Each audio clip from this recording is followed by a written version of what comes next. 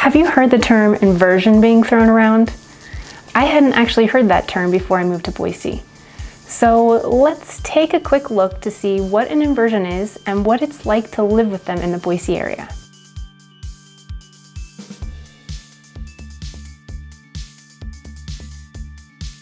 Hi, I'm Charlotte with Birch & Cedar Realty Group. I'm a local realtor here in Boise, Idaho. All right, so inversions. You've heard of them, but you want to know a little bit more about them, like what are they and what is it like to live with them? Because of topography and weather patterns and things like that, there are some areas in Idaho, for example, the Boise area, that are more likely to get inversions than others.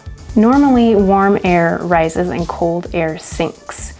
And as they move and mix, it causes a process called convection. Sometimes that process doesn't happen, and that's when you get a temperature or thermal inversion.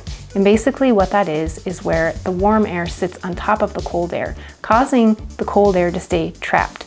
And during the daily life, there's a buildup of pollution because there is no mixture of air. So pollution stays trapped in that cold air below that warm air layer. If the inversion lasts for several days, the buildup can be quite significant. So inversions do not cause pollution, nor are they caused by pollution, but people often associate the two because pollution becomes much more visible and apparent during an inversion because it stays trapped near the Earth's surface.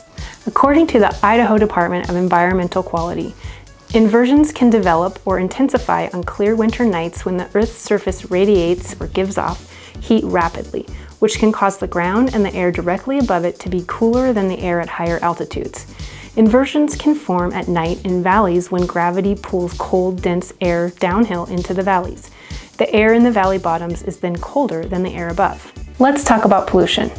The two primary pollutants that are trapped in these inversions is carbon monoxide and particulate matter, or CO and PM. Carbon monoxide forms when carbon in fuel does not burn completely.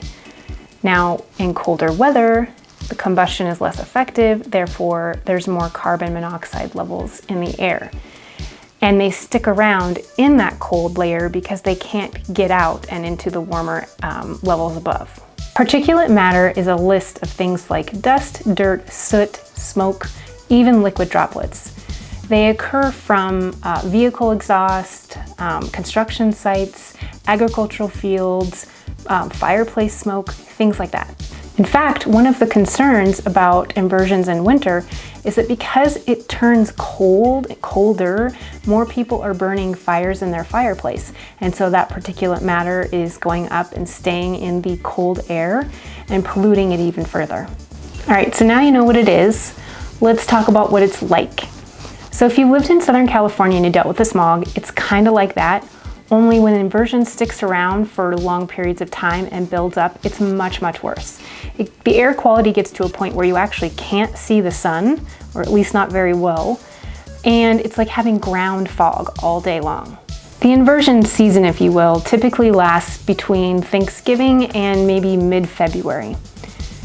Now, I've lived here for 5 years, and I will say that I haven't really noticed inversions that often. I can honestly say that it was really only 1 year where it was really bad and air quality has been significant. And maybe it's because I came from California. I lived in Southern California as well as the Bay Area. And maybe it's because I live there that I was used to the smog and fog. So while they do happen and sometimes they can get bad, it's not like it's all the way from Thanksgiving to mid-February. They are very sparse throughout the season. Okay, so what can you do about it? Well, when the CO levels and the PM levels affect air quality bad enough, you're going to want to stay inside. There's nothing that they can do to actually change the weather pattern, so we're kind of stuck with it until it goes away. One of the things that you can do is look on airnow.gov and look for Idaho and drill down to Boise, and it will tell you what the air quality is forecasted at for the current day as well as the following day. So if you have some concerns about the inversion layer and what the air quality is, or if you're sensitive to that, you should definitely, keep that as a resource and check it out when you need to. So now you know all about inversions. I hope this was helpful. As always, like, subscribe, and click the little bell. Thanks so much for watching. See you next time.